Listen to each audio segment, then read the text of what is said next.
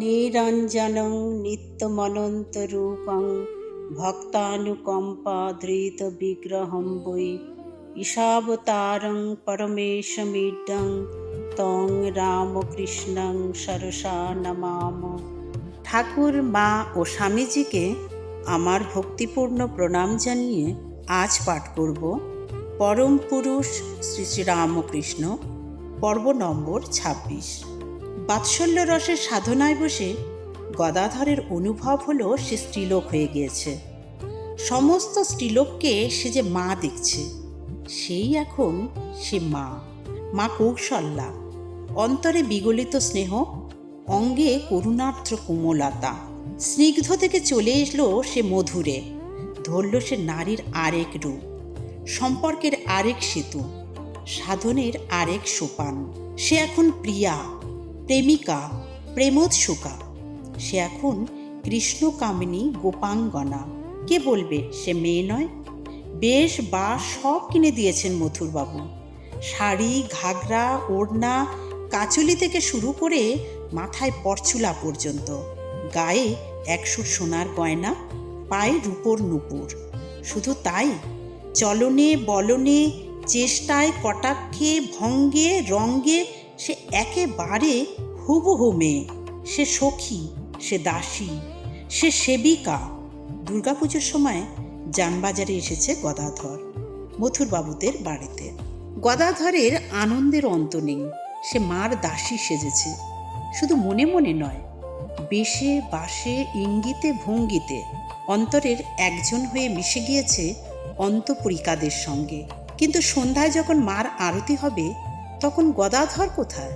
মথুরবাবুর স্ত্রী জগদম্বা খুঁজতে এসে দেখেন গদাধর সমাধিস্থ হয়ে বসে আছে, সখী রূপে সমাধিস্থ।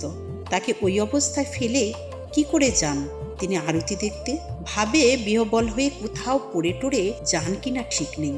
কিছুকাল আগেই এ বাড়িতে অমনি টলে পড়ে গিয়েছিলেন, আর কোথাও নয়, একেবারে গুলের আগুনের মধ্যে।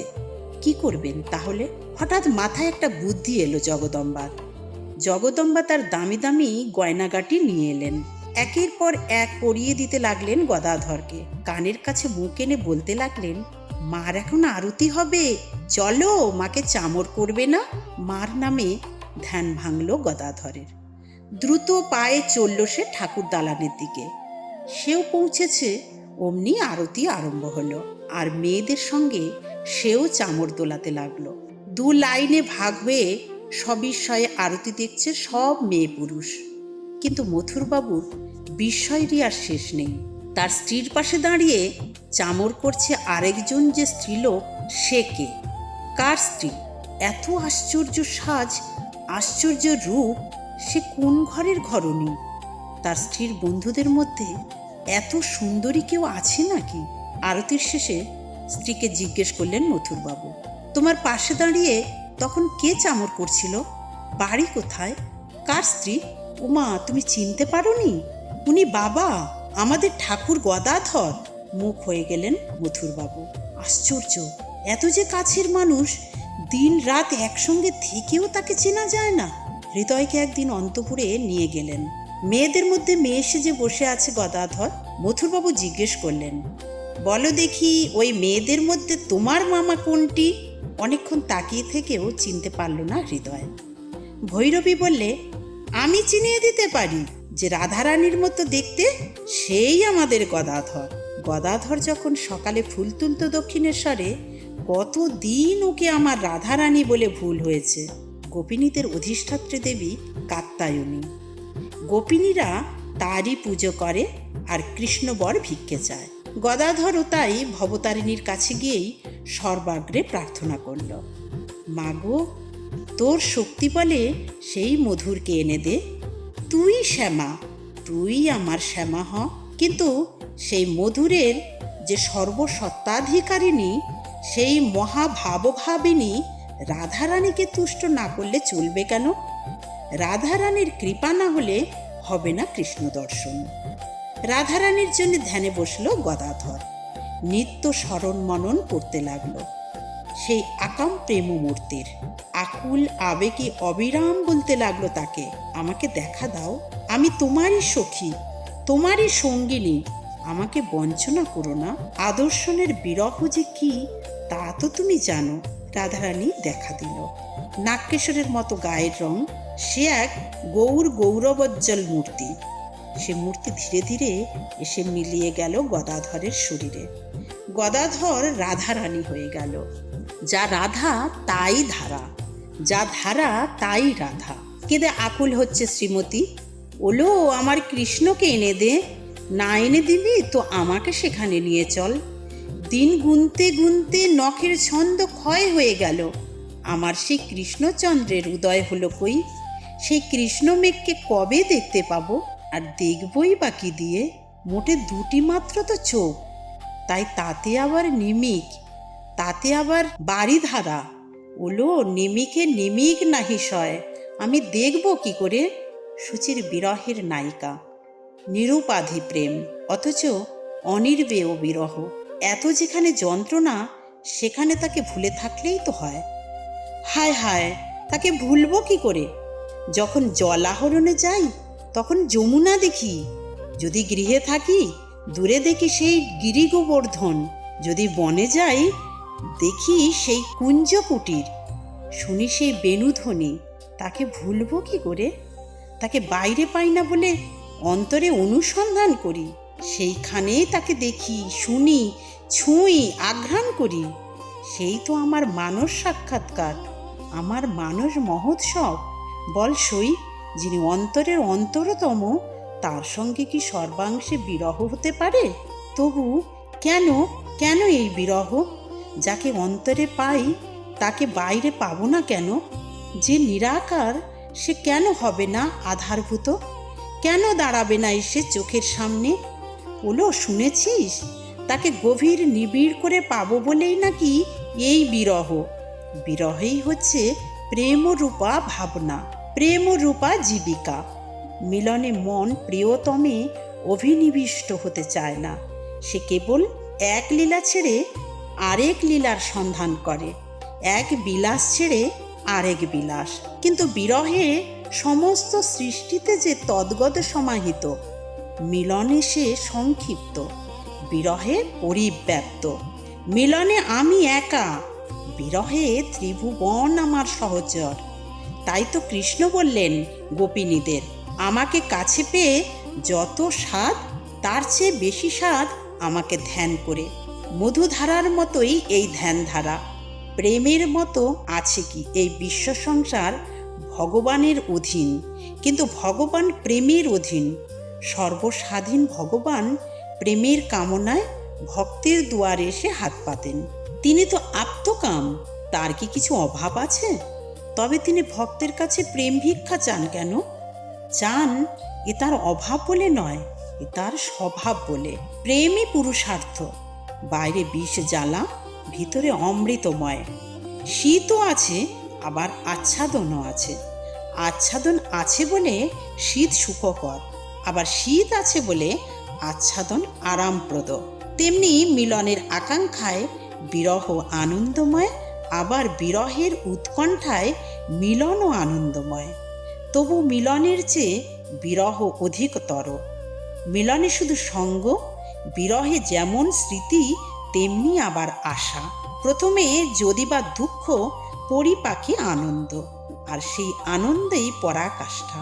গদাধর এখন সেই আনন্দময়ী বিরহিণী। প্রেমের যে আনন্দ, এ কি ভক্তের নিজের আস্বাদনের জন্যে? না গো না, এ ভগবানের আস্বাদের জন্যে। এর রস যত মিঠা, তত এর জ্বালা বেশি। এতে যত আরতি, তত আপ্তি। 4 রকম প্রেম।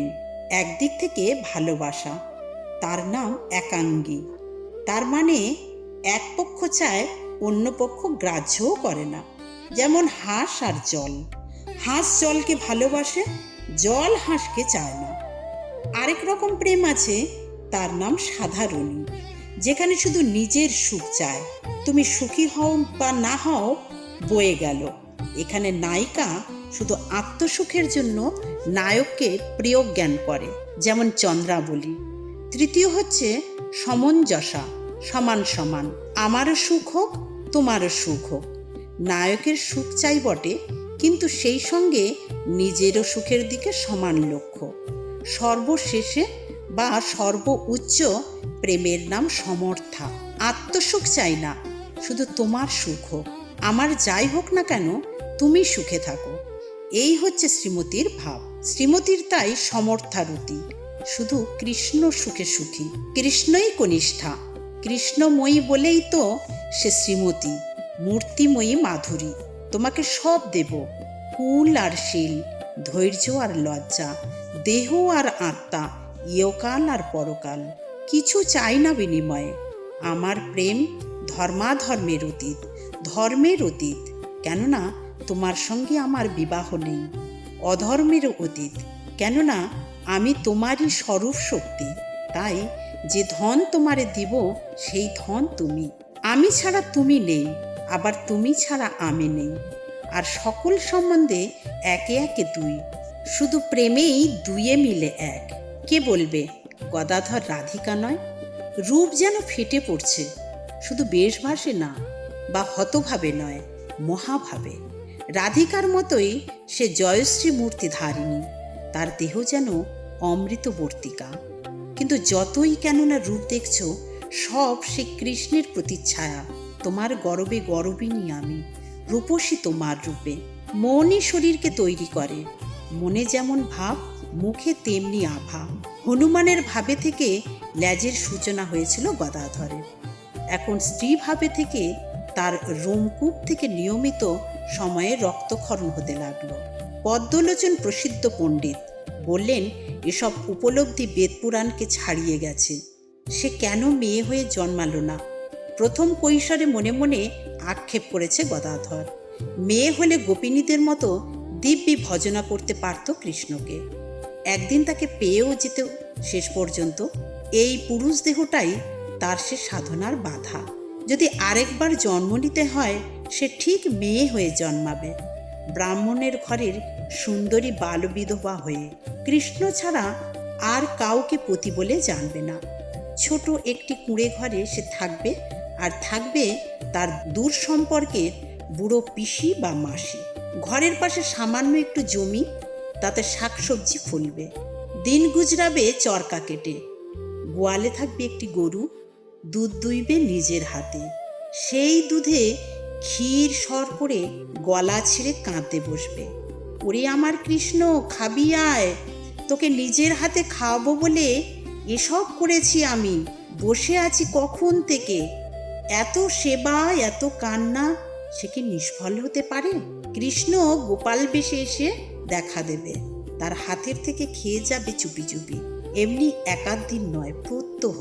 কিশোরকালে সে ইচ্ছা পূর্ণ হয়নি বটে, কিন্তু এখন সাধনার আরও উচ্চভূমিতে এসে গদাধরে শ্রীকৃষ্ণ দর্শন হলো। আর ভগবানের ভাবই হচ্ছে এই মধুর ভাব। এই ঘনানন্দময় মধুর ভাবেই তার মতি, রতি, অবস্থিতি। এই মধুর ভাবের সাধনায় শেষ শিখরে এসে গদাধর দেখলে ঘাস থেকে আকাশ পর্যন্ত সমস্ত কৃষ্ণ। এমনকি সে নিজেও বাসুদেব। যে রাধা সেই মাধব। কৃষ্ণকে দুই অংশে সমানভাবে বিভক্ত হয়েছেন, প্রিয় আর প্রিয়া, ভগবত্তা আর ভক্তি। মাটির থেকে একটা ঘাসফুল ছিঁড়লেন ঠাকুর, বললেন ভক্তদের। তখন যে কৃষ্ণমূর্তি দেখতাম, এই রকম তার গায়ের রং। সামান্য ঘাসফুলেও তার লাবণ্য লিখন। ভাগবত পাঠ শুনেছে গদাধর। হঠাৎ জ্যোতির্ময় মূর্তি শ্রীকৃষ্ণকে দেখল সামনে। দেখল তার পা থেকে জ্যোতির একটি ছটা বেরিয়ে এসে প্রথমে ভাগবত স্পর্শ করলে, পরে এসে লাগলো তার নিজের বুকে। এর তাৎপর্য কি বুঝতে দেরি হলো না। ভাগবত, ভক্ত আর ভগবান এক, একেই তিন, তিনেই এক।